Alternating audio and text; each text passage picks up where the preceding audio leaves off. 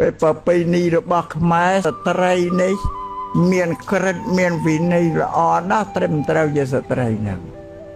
ព្រោះក្នុងពុទ្ធសាសនាថាស្ត្រីនឹងជាម្ដាយពិភពលោកជាមេត្តាពិភពលោកមនុស្សនៅក្នុងពិភពលោកត្រូវតែនៅក្នុងពោះមនុស្សស្រីសំបីព្រះសម្មាសម្ពុទ្ធក៏កើតពីមនុស្សស្រីដែរបានថាស្ត្រីជាមេត្តាពិភពលោកបើអញ្ចឹងត្រូវថែរក្សាក្រិតរបស់ខ្លួនជាស្រីឲ្យប្រពៃមិនត្រូវបោះបង់ក្រិតវិន័យខ្លួនចោលទេព្រោះតែបោះបង់ក្រិតវិន័យចោលគឺធ្លាក់ទៅក្នុងលក្ខណៈថោកទាបដែលអាត្មា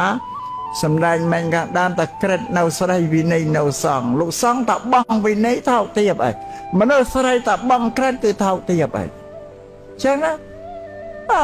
បុរាណបណ្ឌិតបុរាណលោកហាមទៀត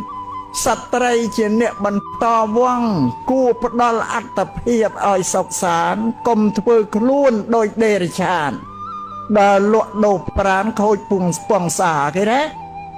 លោកហាមនេះស្ត្រីណា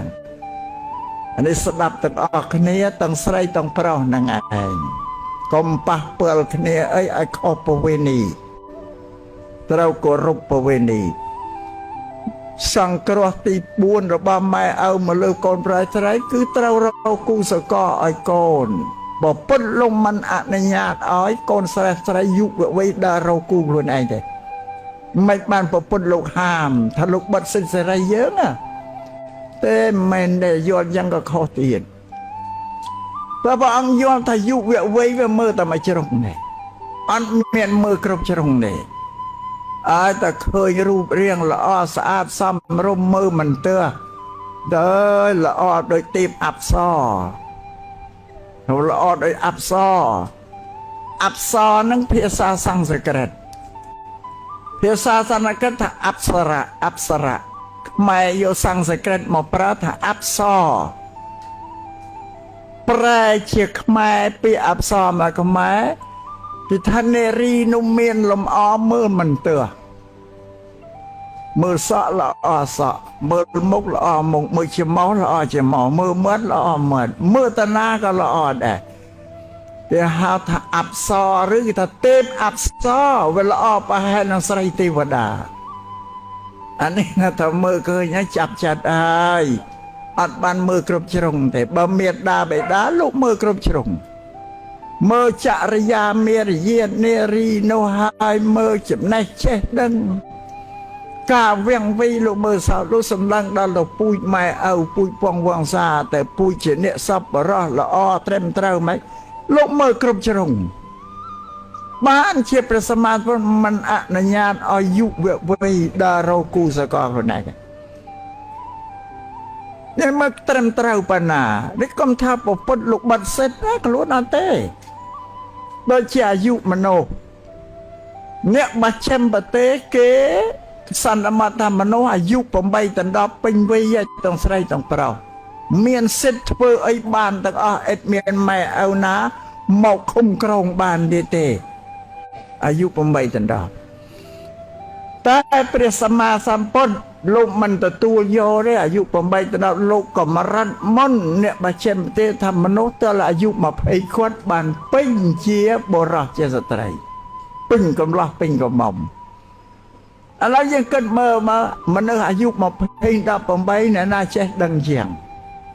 ពុទ្ធលោកកំណត់ថា20បានហៅកំឡោះកំមុំអ្នកបច្ចឹមប្រទេសគេថា18កំមុំកន្លោះហើយយើងសិក្សាទីព្រៀបមកណាត្រឹមត្រូវជាងបើសម្រាប់អាត្មាទទួលយកតាមព្រះសម្មាសម្ពុទ្ធហើយលោកតាអាយុ20ចេះដឹងជាង18និយាយនេះមិនមែនសារខ្លួនឯងអ្នកគោរពពុទ្ធសាសនាចេះតែការពារលើកជើងប្រពន្ធមិនមែនទេឥឡូវយើងឆ្លោះបញ្ចាំងមើលទាំងអស់គ្នាណាម៉ែយាយអ្នកស្ដាប់ធើណា8ដល់10ក្នុង20ណាដឹងក្តីជាងចាក់បណ្ដោយទៅដឹងណាចាក់ខ្សែបណ្ដោយទៅដឹងវាយអបស៊ីអោទៅដឹងញ៉ែប៉ុណ្ណាអាស្រ័យនេះបានជាពុទ្ធលោកបញ្ញត្តិ អ្នកដែលបួសក្នុងពុទ្ធសាសនាទៅអាយុ20បានបួសជាភិក្ខុបាននៅក្រោម20គេទុកជាកូនក្មេងទេពុទ្ធសាសនាណាឲ្យបួសនេនហ្នឹងព្រោះនេនសិក្ខាបទប្រតិចមិននៅបែបក្មេងលែកលក់នៅវិច្រើនឲ្យបួសដល់20បានពេញខ្ញុំគិតមើលមកអ្នកណាល្អជាងនិយាយទៅឲ្យវែងឆ្ងាយណាស់ទៅទុកសិនឲ្យម៉ែឪលោករោឲ្យគូសកឥឡូវបង្រៀនពួកអ្នករីនិយាយទៅចោលមានណាមួយគេមកសំស្រឡាញ់ហ្នឹងដល់បានទេហើយវាមិនលេងទេមានកន្លោះណាមកសំស្រឡាញ់សំស្រឡាញ់ថាបងអើយបងខ្ញុំមិនទាន់ទទួលការបងសំស្រឡាញ់បានទេព្រោះខ្ញុំមិនមែនជានារីកំមុំឯកោទេខ្ញុំមានមេត្តាបិតាជាធំលើខ្ញុំគ្រប់គ្រងខ្ញុំព្រោះឪពុកម្ដាយខ្ញុំជាទេវតារសាខ្ញុំជាគ្រូបង្រៀនខ្ញុំជាព្រះព្រហ្មរសាខ្ញុំជាព្រះអរហន្តរបស់ខ្ញុំត្រូវបងអញ្ជើញទៅតាកតងតាមរយៈលោកឪពុកអ្នកម្ដាយខ្ញុំមិនអាចទទួលបងបានទេយល់ទេអីម៉ែហាឲ្យតម្លៃម៉ែឲ្យយើងណាថាបងទៅតាកតងនឹងអ្នកម្ដាយទៅចែកចង់គាត់ទៅបាច់ចែកចង់ខ្ញុំនេះតាមបានទេហ៎ទៅចែកចង់អ្នកម្ដាយតែត្រូវទៅតើគិតឲ្យខ្ញុំទទួលហើយអានេះយើងឲ្យតម្លៃគោរពម៉ែឪយើងហើយអវសំជាអ្នកកាន់ពុទ្ធសាសនានោះផងវិញម៉ែឪនឹងក៏អញ្ចឹងដែរកូនពេញរូបពេញរាងចិនតងគួរប្រាប់កូនប្រុសកូនស្រីពីរឿងអត់មានត្រូវរឿងអីលាក់ទេរឿងគូសកលប្តីប្រពន្ធញីឈ្មោលស្រីប្រុសនេះមិនមែនធ្វើថ្មីទេធ្វើចាស់មានតាំងពីយូរណាស់មកប៉ុន្តែថាធ្វើចាស់ណាឲ្យតែជីវិតមនុស្សមានមកគឺវាមានប្តីប្រពន្ធស្រីប្រុសញីឈ្មោលយ៉ាងឯងសំបីតែដើមឈើរុក្ខជាតិគេតែមានញីមានឈ្មោលដែរមិនតែមនុស្សទេអានឹងលោកហៅធម្មជាតិប្រព្រឹត្តមកបង្កើតមកអញ្ចឹងមិនព្រះបង្កើតទេអានឹងធម្មជាតិតែបង្កើត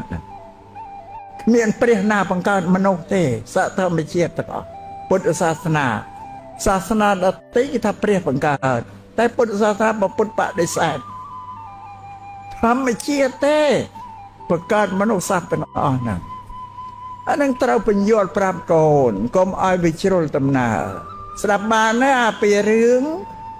គូសង្សារតិតងនៅប៉ុនយើងនឹងម៉ែឪវិច្រានអើយវាមិនគួរនឹងនិយាយកូនវាមិនគួរអីស្អីអាហ្នឹងឯងបើខុសប្រពន្ធថាយើងគ្រូទី1របស់កូនណាពពាចាគ្រូត្រូវបង្រៀនត្រូវប្រាប់កូន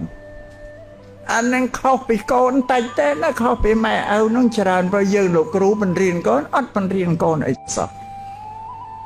ថ្ងៃណាអាត្មាថានេះប្រយ័ត្នថាអាត្មាស្ដីឲ្យអាត្មាថាតាមពុទ្ធទេណាពុទ្ធថាម៉ែឪជាគ្រូទី1របស់កូនចុះបើយើងមិនបង្រៀនកូនផងណាកុំមក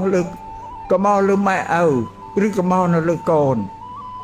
សម្រាប់អាត្មាមិនបន្ទោសកូនទេកូនក៏បន្ទោសបន្តិចបន្តួចបើអាត្មាបន្ទោសម៉ែឪតែច្រើនជាង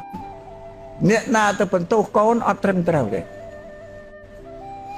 តែកូនជាងែងជាងាងខ្លះកូនខ្លះចលែមចលើមជាងែងជាងាងទៅគេឃើញកាំងយីអាក្មេងនេះគ្មានអីទេចលែមចលើមចឡំខានគ្មានគួសមអីតែទួយទៅជាអាក្មេងតែអាត្មាអត់ជាក្មេងណាមកជាម៉ែវាប្រម៉ែជាគ្រូបើម៉ែបង្រៀនល្អកូនមិនដឹងអញ្ចឹងណាមកខ្ញុំថាមែនអានេះហេតុផលតែមែនឆ្លើយចាក់បណ្ដោយយករួយខ្លួនទៅអានេះថាអ្វី LCO ហើយបាទអាត្មាអត់ជេរកូនជេរតែម៉ែឪវាមិនចេះបដៅទេជេរម៉ែបើថាម៉ែក៏អត់ចេះបដៅអានឹងចឹង